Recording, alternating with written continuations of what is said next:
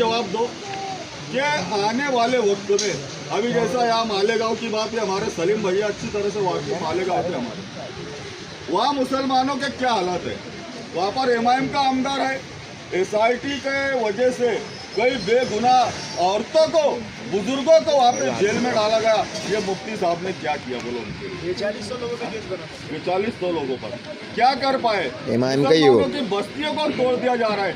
अभी वो इम्तियाज जलील है बस काम करते। अरे कद्दू 5 साल आमदार रहा, 5 साल खासदार रहा, लेकिन ये तेरे बड़े अब्बा है ना,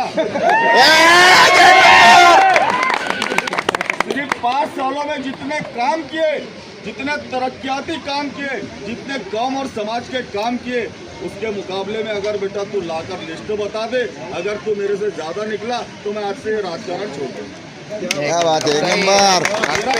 सिर्फ पैसा है। सिर्फ वो कल मैंने एक भाषण किया वहाँ पे, जन जन की सुनो झटका, ये दुनिया है काला बाजार के पैसा बोलता है।